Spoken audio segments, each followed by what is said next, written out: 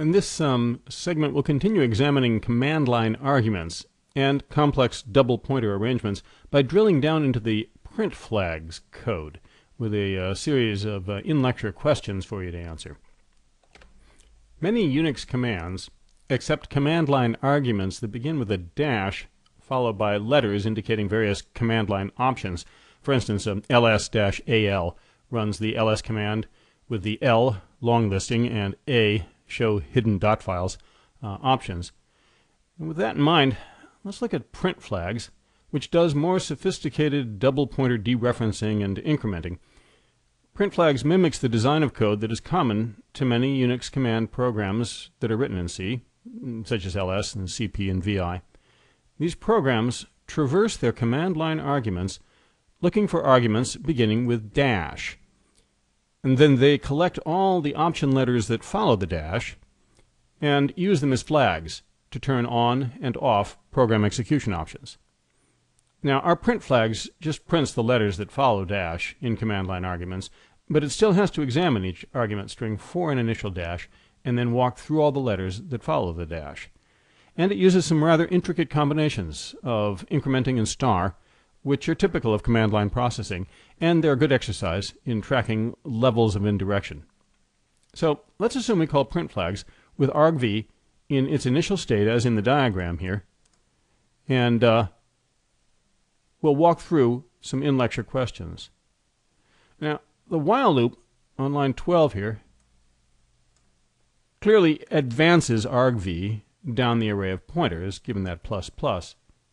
And one might expect that the null comparison has something to do with that anchor null at the end of the argv array that was mentioned in the prior lecture segment, and you can see here in the diagram. Now, we'll look at the ++ operator in the next question, but first just an easy warm-up question. So question 1, why is there only one asterisk? Argv is a pointer already, so why don't we just directly compare it to null? And if we do dereference it, then why not twice, since it's a double pointer? Coming back from a pause there. Levels of indirection, once again. The null is the last of the single character pointers in the array of pointers. We want to stop the loop if argv is pointing to that last character pointer, like that, which it will be eventually. A single dereference gets us to the single pointer that argv points to. Omitting the dereference would ask if argv itself were null, and that's not going to happen. And a double dereference would actually ask if the character at the start of the argument string, the C here for instance, were null. And that doesn't make sense because the character is not a pointer. Now, if this is by now boringly obvious, then good. But if not, carefully review the reasoning we just went through and the earlier lectures on double pointers. So question 2. That's another relatively easy one.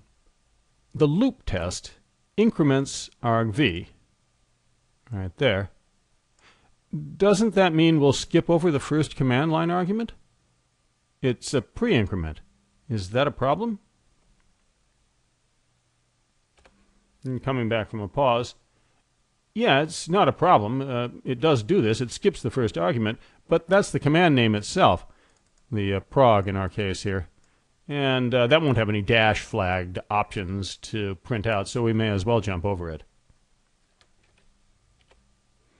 Now, a more interesting question is whether this ++ here could have been a post-increment instead of a pre-increment just as readily. Turns out the answer is no. But why?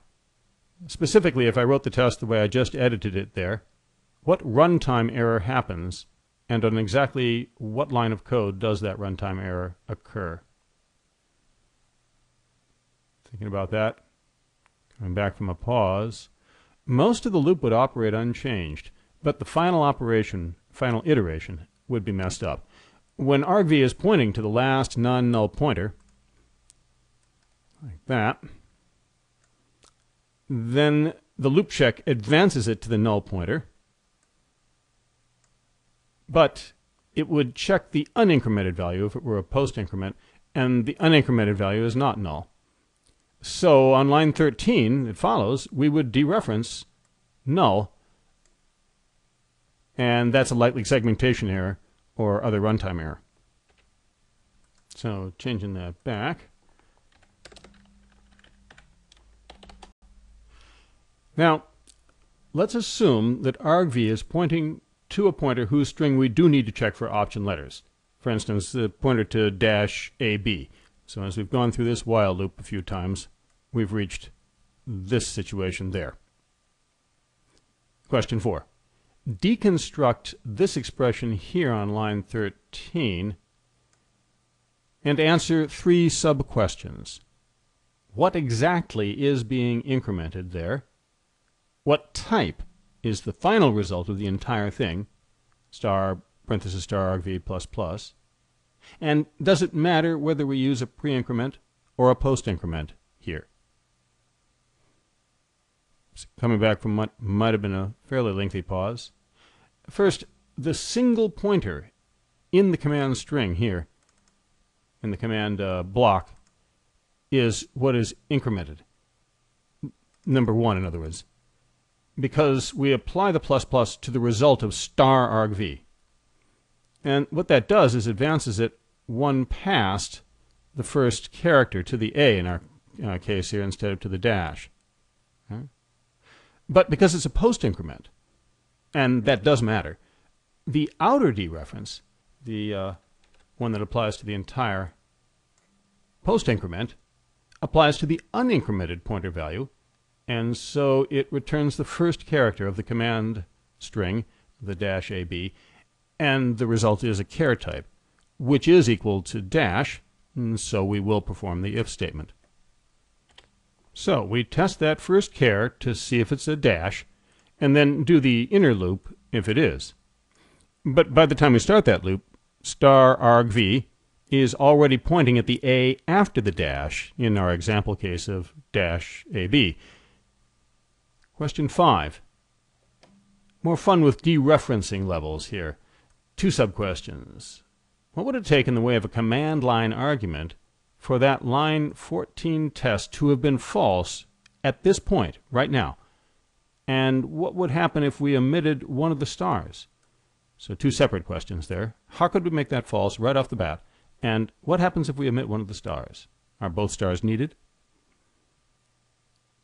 Coming back from a pause there. First, if the command line argument were just a dash with no A or B, it looked like that, in other words, then star argv would be the terminating null. It would be pointing past the dash at the null, thus, and that would stop the loop. And to answer the second question, both asterisks are needed because we want to test the character for non-nullness. Testing just star argv alone would ask if the string pointer itself were not null, which would be true even as the string pointer advanced well past the end of the string. We'd get an effective endless loop. So now let's look at the last intricate expression here, the second instance of star argv plus plus in the printf on line 15. As before, deconstruct that expression and answer these questions. What is being incremented? And what does the second dereference apply to? And what thus is finally printed? And use the example case of -AB. Answer after a pause. It dereferences argv to get the single char pointer, argv bracket 1 at this point, that points to A. It advances that pointer so that it points to B, but the outer dereference follows the unincremented pointer, which retrieves character A. And it's a character, not a pointer, and that then is what is finally printed with a %C format specifier. And then a final question here. Just to do something a little odd, what if we drop the parentheses here from line 15, take them out altogether? What does that do? And while we're at it, alternatively, what if we put the parentheses in and went like that instead? What would that do, and exactly what would be printed? And again, the exercise is following the dereference and the increment in the right order. So with those parentheses or with no parentheses at all, what happens? Coming back from a pause there. For the first case, we would increment argv itself. So what we would be doing is bumping this guy down. But it double dereferences the current argv value because it is a post increment, right? So we'd still get the A, even though we'll have surprises the next time through the loop with argv having been changed. Now, the second alternative, with parentheses around the whole thing, is rather different. It changes no pointers at all, but instead it double dereferences argv to get to the A itself over here, and it increments the A, which increases it to a B. But again, it's a post increment, so we'll actually still print A. But successive iterations of the while loop will now crank through all the ASCII values above A without ever changing any pointers at all. And by the way, print flags clearly messes up the original command line argument structure as it hunts for option letters, changing all these pointers. And that's fairly typical of Unix commands. Once the command line arguments are processed, they don't get used again. So destructive examination of them is actually acceptable.